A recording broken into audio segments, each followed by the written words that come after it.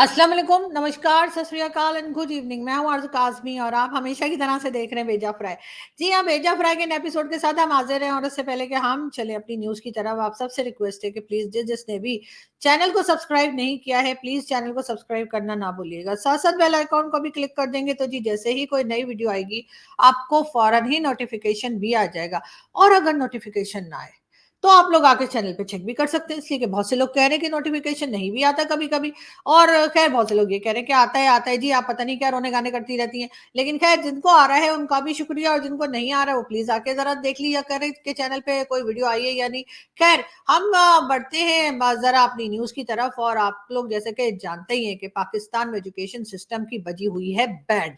जी हाँ, और अब हुआ ये है कि जी शहबाज़ शरीफ़ साहब जो आजकल हमारे प्राइम मिनिस्टर हैं, उन्होंने ये कहा है कि जी पूरे पाकिस्तान में, जी हाँ, पूरे के पूरे पाकिस्तान में एजुकेशनल इमरजेंसी लगा दी गई है।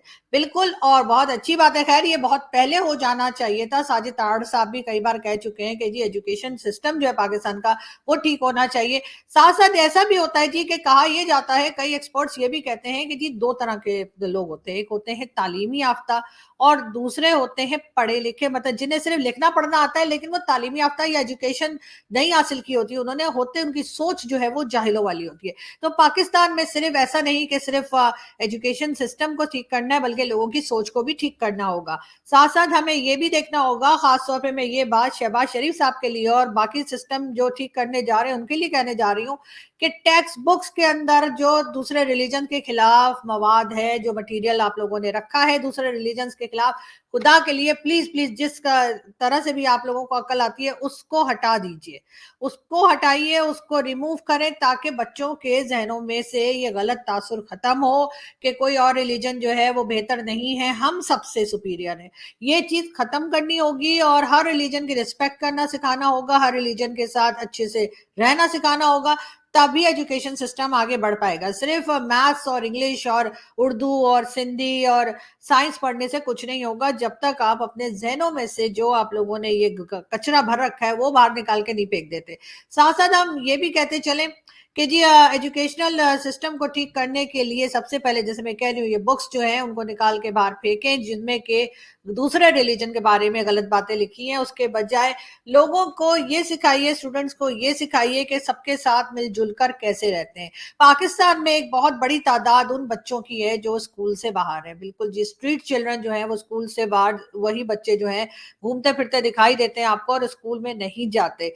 उन बच्चों के लिए भी काम किया जाना चाहिए और बहुत से लोग काम कर भी रहे हैं। उन्हीं में से एक डॉक्टर अज़हर असलम साहब हैं, इनको आपने कभी-कभार मेरे चैनल पर भी यकीनन देखा होगा। डॉक्टर साहब की पिक्चर भी देखें, इसमें भी ये स्ट्रीट चिल्ड्रन के साथ उनकी पिक्चर है और वो ना सिर्फ ये कि रावलपिंडी, इस्लामाबाद, कोयटा और उसके साथ केपीके, पेशावर वगैरह में कई जगह पर उनके जो है इस तरह के स्कूल्स हैं जहां पर फ्री एजुकेशन दी जाती है उन बच्चों को जो किसी भी वजह से स्कूल नहीं जा पाते, जो सड़क के ऊपर काम कर रहे हैं, कचरा उठा रहे हैं या कहीं मजदूरी कर रहे हैं, और उन बच्चों को फ्री में जो है एजुकेशन दी जाती है। और मेरा ख्याल है इस तरह के मजीद लोगों की ज़रूरत है पाकिस्तान में जो कि इस तरह के बच्चों के लिए काम कर सकें और एजुकेशन में उनको आगे बढ़ा सकें। और साथ साथ उनको जी कोई ना कोई स्किल भी सिखाई जाती है कि ताकि वो अपने घर वालों का ख्याल रख सकें और कुछ खा कमा भी सकें। बहरहाल ये हमारे यहाँ एक बहुत बड़ा इशू रहा है एजुकेशन सिस्टम, जिसके बारे में अब ये कहा जा रहा है कि जी शहबाज शरीफ साहब ने उसके ऊपर अब एक्शन लेने का फैसला कर लिया है और उन्होंने कहा है कि जी एजुकेशनल इमरजेंसी पाकिस्तान में जो है वो अब लगा दी जाएगी और मेरे ख्याल है 2-4 दिन में या इसी वीक में शायद ये बाकायदा तौर पे गवर्नमेंट की तरफ से अनाउंस हो जाएगा। अभी तक कहा जा रहा है कि जी आइंदा 4 साल के लिए मुल्क में तालीमी इमरजेंसी नाफिज करने का फैसला। जी हाँ, यानी कि आइंदा 4 साल के लिए पाकिस्तान में एजुकेशनल इमरजेंसी जो है वो लगाई जा रही है और उसका फैसला किया गया है, जो कि बहुत अच्छी बात है। साथ-साथ हम आपको खैर इसी से रिलेटेड एक खबर और बता दें एजुकेशनल सिस्टम को लेकर कि नॉर्थ वज़ीरिस्तान में, जी हाँ, नॉर्थ वज़ीरिस्तान में नामालूम अफराद ने 9th और 10th के पेपर्स जो बच्चों ने सॉल्व किए थे, यानी लिख कर आए थे बच्चे सारे पेपर अपना कंप्लीट करके, उनको जला दिया। अब सबसे पहले तो मुझे ये पूछना है कि ये जो 9th और 10th के पेपर जलाने वाले भाई लोग हैं, ये मतलब ये हमारे टाइम पे कहाँ थे यार? मतलब हम तो हमारे पेपर भी आप आके जला देते तो हम घर में जो कहानियाँ सुनाते थे आकर, क्या पेपर दिया मम्मी मैंने, फर्स्ट आऊंगी। और उसके बाद जब रिजल्ट आता था तो हम ऐसे करके कहीं छुप के बैठे होते थे कि बस अब तो जूते पड़े ही पड़े। तो उस वक्त पता नहीं ये पेपर वेपर जलाने का पता नहीं रिवाज नहीं था कि परंपरा अभी शुरू हुई है। लेकिन खैर बहुत अफसोस की बात है कि मजाक के अलावा बहुत अफसोस की बात है कि ये पेपर जो है वो जला दिए गए हैं। और नॉर्थ वजीरिस्तान में आप समझ सकते हैं कि यहाँ पर लोगों की दिमागी हालत क्या है, कि वो चाहते हैं कि ना कोई पढ़े, ना कोई लिखे, ना कोई एजुकेशन हासिल करे, ना कोई पेपर दे, ना कोई पास हो, ना कोई आगे बढ़ सके। तो जी नॉर्थ वजीरिस्तान में 9th और 10th के जो पेपर्स दिए गए थे, उन स्टूडेंट्स के पेपर्स को नामालूम अफराद बताया जा रहा है। अब ये पता नहीं, नामालूम अफराद वैसे हमें मालूम है, लेकिन पता नहीं ये कौन लोग थे। कहा जा रहा है कि उन्होंने आके पेपर्स को जला दिया। खैर बहुत अफसोस की बात है, लेकिन अब इसके ऊपर क्या एक्शन लेगी गवर्नमेंट, ये तो खैर जैसे जैसे न्यूज आएगी हम डेफिनेटली आपको बताएंगे। बात करेंगे तारिक फतेह साहब की। जी हाँ, तारिक अंकल मेरे बहुत फेवरेट हमेशा रहे। और शुरू में जब मैं टीवी चैनल पे जाया करती थी, इंडियन टीवी चैनल पे, तो बड़ा झगड़ा भी होता था मेरा उनके साथ। और मैं उनसे खूब लड़ा भी करती थी और बैठ के। उसके बाद खैर बाद में जब मैंने उन्हें सुनना शुरू किया तो मुझे पता लगा कि यार बातें तो वो ठीक कर रहे हैं, मैं खामखा लड़ रही हूँ। तो खैर फिर उनसे बात जब फोन पे बात शुरू हुई तो पता लगा कि वो मेरे फादर के साथ काम कर चुके थे, मेरे फादर के कुलीग रहे थे, उनको जानते थे। और इस तरह से हमारी बातचीत हुई। और जैसे आप लोग जानते हैं कि मैं तो न्यूज भी हंसते बोलते बताती हूँ, तो मेरा बस हंसते बोलने की आदत है। तो मैंने तारिक अंकल के साथ भी हम लोग खूब बातें करते थे कराची की, क्योंकि मैं भी कराची से हूँ और तारिक अंकल भी कराची में रहे सारी जिंदगी, ना सही लेकिन बहरहाल बहुत एक लंबा अरसा उन्होंने कराची में गुजारा।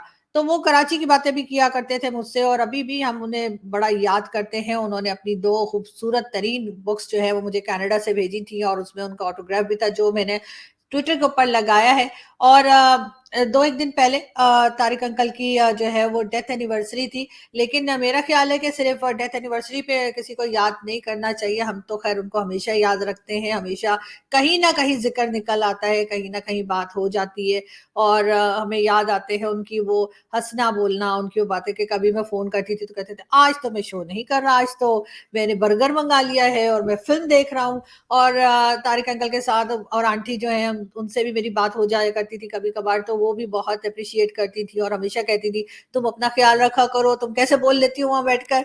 तो बहुत अच्छा लगता था कि इतना प्यार करते हैं, इतनी दुआएं करते हैं, और शायद अभी तक दुआएं करते हैं। क्योंकि मुझे ऐसा लगता है कि चाहे वो मेरे पेरेंट्स हो, मेरी मदर, मेरे फादर, चाहे तारिक अंकल हों, और लोग जो हमसे प्यार करते हैं वो हमेशा हमारे साथ रहते हैं। मेरे ख्याल है उनकी ब्लेसिंग्स हमारे साथ रहती हैं। इसी वजह से हम थोड़ा बहुत अगर कुछ थोड़ा सा काम कर पाते हैं, हिम्मत कर पाते हैं, तो इन्हीं जैसे लोगों की वजह से, जिन्होंने हमेशा हमारा हौसला बढ़ाया है, जिन्होंने हमेशा कहा कि हाँ तुम बात करो। और फिर हमें कई बार समझाया। बहुत बार ऐसा भी होता था कि मैं तारिक अंकल की बातों को जो है वो कहती थी कि नहीं मैं एग्री नहीं कर रही, तो वो मुझे कहते थे नहीं तुम एग्री मत करो, लेकिन तुम सुनो मेरी बात को। और ये बात हम सबके अंदर होनी चाहिए कि चाहे हम किसी की बात से एग्री ना करते हो, लेकिन हम उसको सुनने की आदत डालें, हम उसे जरूर सुने, ताकि हमें पता चले कि दूसरा क्या कह रहा है, दूसरे का पॉइंट ऑफ व्यू क्या है। सिर्फ हमारी बात ही तो नहीं है। लेकिन खैर तारिक अंकल की बुक्स मौजूद हैं, तारिक अंकल के शोज मौजूद हैं, और मेरा ख्याल है कि जो भी नए स्टूडेंट्स आएंगे, नए लोग आएंगे, और हमारे जैसे लोग भी, तो हम सब जो है हमेशा उनसे कुछ ना कुछ सीखने को हमें मिलता रहेगा।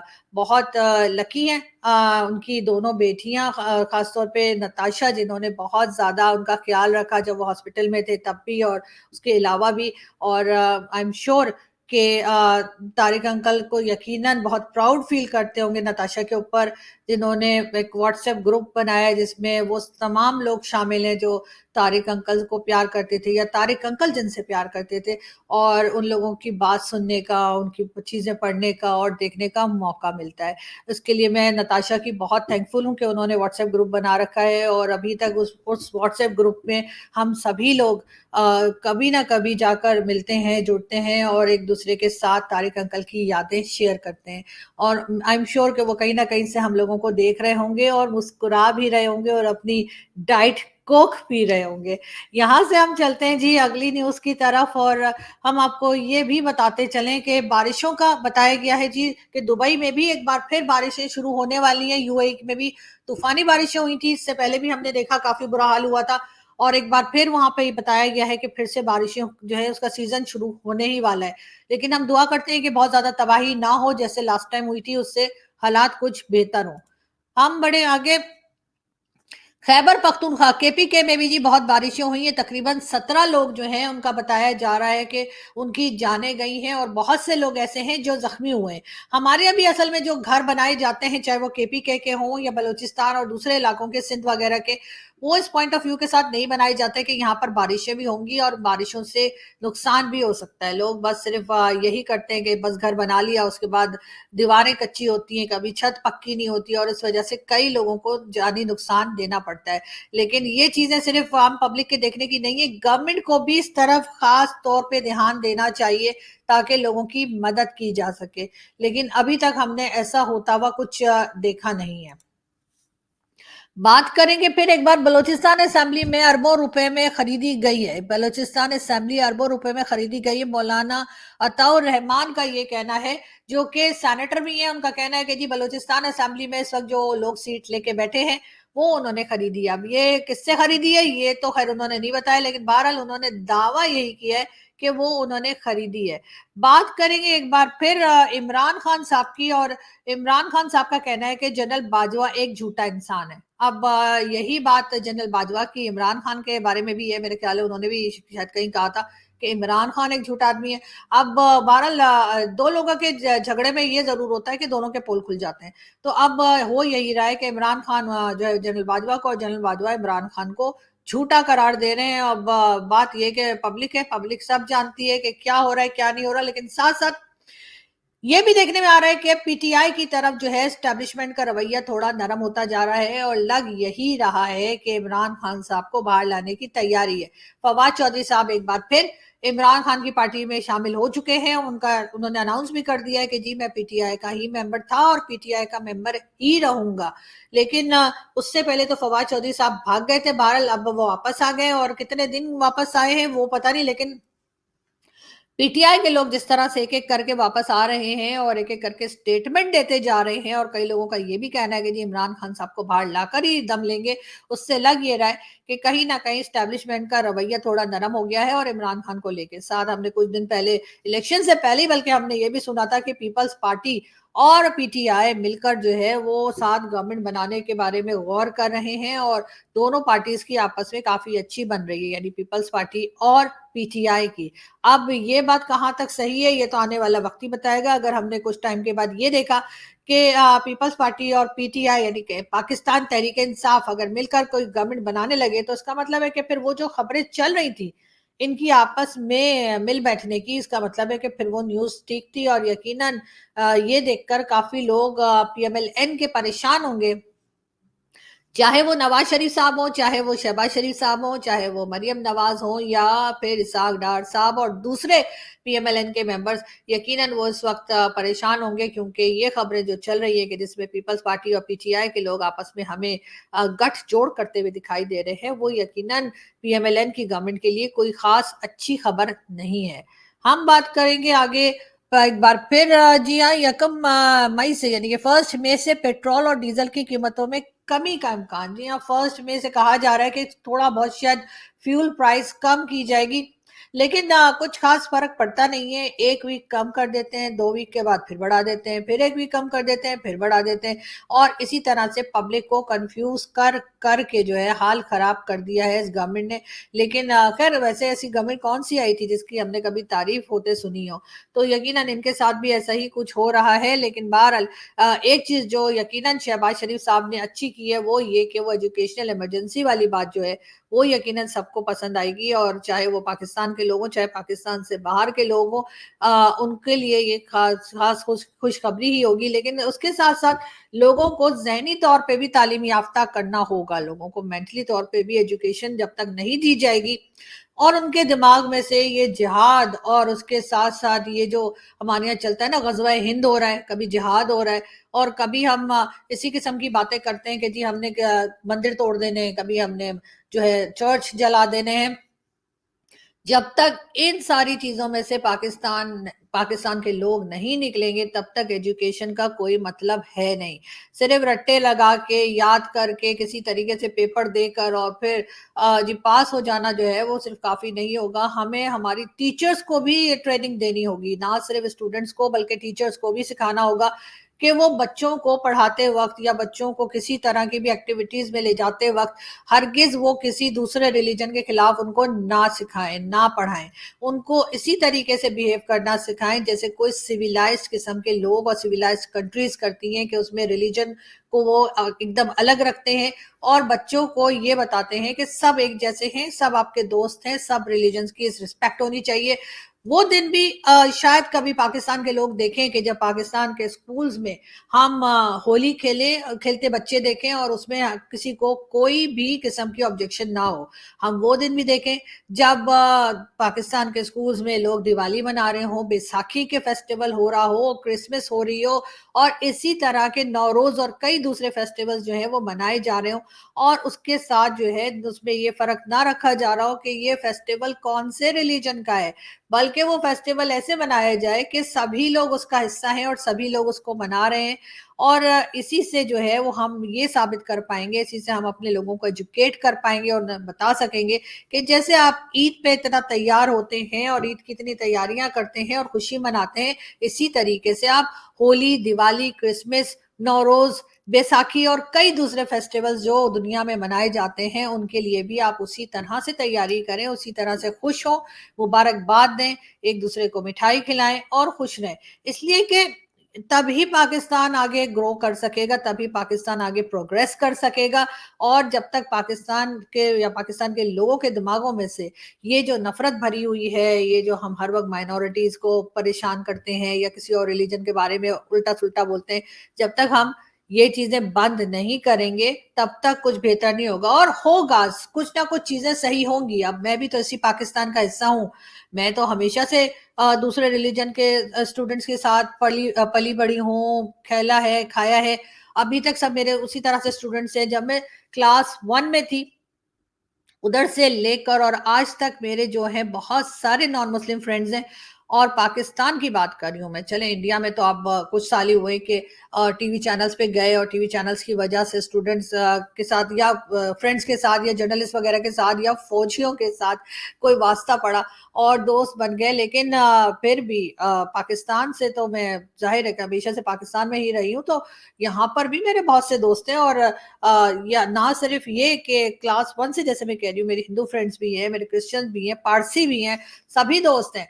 तो यहाँ पर अगर मेरे जैसे लोग मौजूद हैं, जो कि अभी ठीक है कम तादाद में है, आपको बहुत ज्यादा नहीं दिखाई देंगे, लेकिन फिर भी ये तादाद बढ़ सकती है अगर हमारी एजुकेशन सिस्टम ठीक हो, अगर हमारे घर का माहौल ठीक हो, अगर घरों के अंदर भी पेरेंट्स जो हैं वो बच्चों को सही तालीम दें, बच्चों को बताएं कि जी सब आपके ही जैसे हैं, या आप सभी के जैसे हैं, आपने सबके साथ बात करनी है, सबके साथ दोस्ती करनी है, सबका ख्याल रखना है, तभी खैर हम आगे बढ़ पाएंगे और तभी शायद हमारा एजुकेशन सिस्टम भी जो है वो पसंद किया जाएगा। बहरहाल देखते हैं कि शहबाज शरीफ साहब इस चीज को लेकर कहाँ तक आगे बढ़ते हैं, जिसकी काफी उम्मीद है, काफी पॉजिटिव रिपोर्ट्स आ रही हैं।